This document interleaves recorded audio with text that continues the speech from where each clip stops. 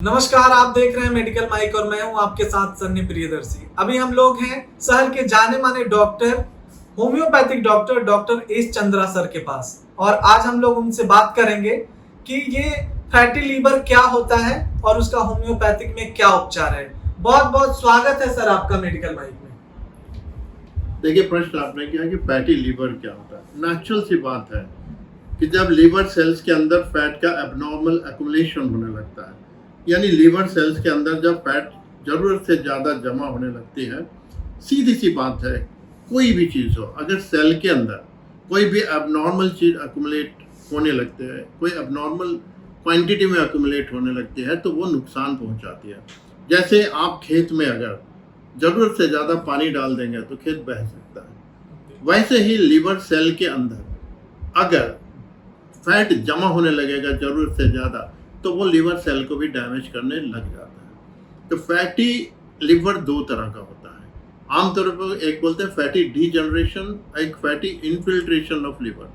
Fatty degeneration का मतलब हुआ कि लीवर पहले से किसी न किसी रूप से थोड़ा ग्रसित है बीमारी से, लिवर में इन्फेक्शन, मान लो हेपेटाइटिस है। वैसे स्थिति में अगर लिवर सेल पहले से कमज़ोर है, तो अगर हमारे ब्लड में कोलेस्ट्रॉल का लेवल थोड़ा सा बढ़ जाएगा ना, तो बिना किसी दिक्कत के वो लिवर सेल के अंदर घुसने लग जाता है और उसके अंदर एक्युमुलेट होने लग जाता है लिवर सेल के अंदर। फिर धीरे सी बात है, जब लिवर सेल के अंदर फैट ज़रूरत से ज़्यादा आने लगेगा तो सेल को डैमेज करना शुरू कर देता है। तो ये कोई अच्छी बीमारी नहीं होती है, स्पेशली लिवर के लिए। और इन्फिल्ट्रेशन हम उसको कहते हैं कि जैसे मान लो कि लिवर में कोई बीमारी नहीं है, लेकिन कोलेस्ट्रॉल का लेवल ब्लड में बहुत बढ़ गया, तो नेचुरल सी बात है, जब बहुत बढ़ गया तो ब्लड प्रयास करता है कि हम इसको कहीं बाहर फेंक दें। तो सिस्टम फेंकने लगता है कहाँ? लिवर में। और लिवर सेल में जबरदस्ती फैट सेल घुसने लगता है, यानी इन्फिल्ट्रेट कर रहा है। इन्फिल्ट्रेट मतलब जबरदस्ती घुसना। जब हमारी सीमा में कोई जबरदस्ती घुसता है सैनिक दूसरे देश का, तो बोलता है वो सैनिक इन्फिल्ट्रेट कर गया हमारे देश में। वैसे ही फैट जब काफ़ी अमाउंट में बढ़ जाता है कोलेस्ट्रॉल ब्लड में, तो जबरदस्ती लिवर सेल में घुसने लगता है और लिवर सेल में एब्नॉर्मल एक्युमुलेशन होने लगता है, तो लिवर सेल को डैमेज करना शुरू कर देता है। रोगी को इस समय किन किन परेशानियों का सामना करना पड़ता है सर जब ऐसे? देखिए, जब माना गया है कि लिवर जो है यह हमारे शरीर का एक इम्पॉर्टेंट ऑर्गन है, अंग। अब ये लिवर एक ऐसी चीज़ है जिसको स्टोरेज भी कहते हैं, यानी गोदाम है। वहाँ देखिए हर चीज़ जमा रहती है, ग्लाइकोजन जमा रहता है, क्या कहते हैं, फैट जमा रहता है, प्रोटीन, हर चीज़ वहाँ जमा रहती है, मिनरल्स जमा रहता है, आयरन, कैल्शियम, सब ज़रूरत पड़ने पर वो फिर आपको सप्लाई करते रहता है। तो एक हमारे घर का वो गोदाम है, जहाँ ज़रूरत पड़ने पर वहाँ से हम सामान, जैसे हमारे किचन में स्टोर होता है, आटा कम हो गया गोदाम से निकाल लिया, वैसे लीवर भी निकालते रहता है। तो एक इम्पॉर्टेंट ऑर्गन ये होता है। एक ही खराबी है, अगर ये ऑर्गन एक बार डैमेज हो जाता है तो फिर इसको रिपेयर करना बहुत ही मुश्किल काम होती है। कुछ ऐसे ऑर्गन हैं जो एक बार नाराज़ होते हैं तो जल्दी मानते नहीं हैं। उनमें एक लीवर है, एक किडनी है और एक ब्रेन है, और तीनों ही इम्पॉर्टेंट ऑर्गन है। अगर हम किडनी को ज़्यादा तंग करेंगे तो किडनी नाराज़ होगी, तो फिर मानती नहीं है फिर वो। सर, ये जो लीवर की समस्या है जो रिपेयर नहीं हो पाती है, जैसे आपने किडनी कहा और भी, लेकिन हम खास तौर पे आज फैटी लीवर पे बात कर रहे हैं, तो ये समस्या ना हो इसके लिए पेशेंट को क्या क्या सावधानियां बरतनी चाहिए? देखिए, सावधानियां तो ये बरतनी होगी कि आपको अपने ब्लड में कोलेस्ट्रॉल के लेवल को मेंटेन करना पड़ेगा। फालतू की ये ऑयली चीज़ें खाना अवॉइड करना पड़ेगा। लोग बहुत परोठे रोज़ खाते हैं, पूड़ियाँ रोज़ खाते हैं और उसका हैबिट बना लिया कि बिना पूड़ी परोठे के उनका नाश्ता ही नहीं चलेगा। तो भैया, आप अपने शरीर के साथ जुल्म करोगे तो एक दिन शरीर फिर आपको दगा देने लग जाएगा।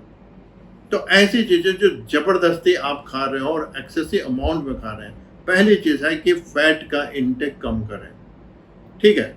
दूसरा क्या है कि जो फैट ऑलरेडी अगर आप बैंक बैलेंस कर चुके हैं, तोंद निकल गई है, फैट वहाँ जमा हो गया गोदाम में, उसको कम करने का प्रयास करें। और वो एक ही चीज़ है कि फिजिकल एक्सरसाइज से ही कर सकते हैं।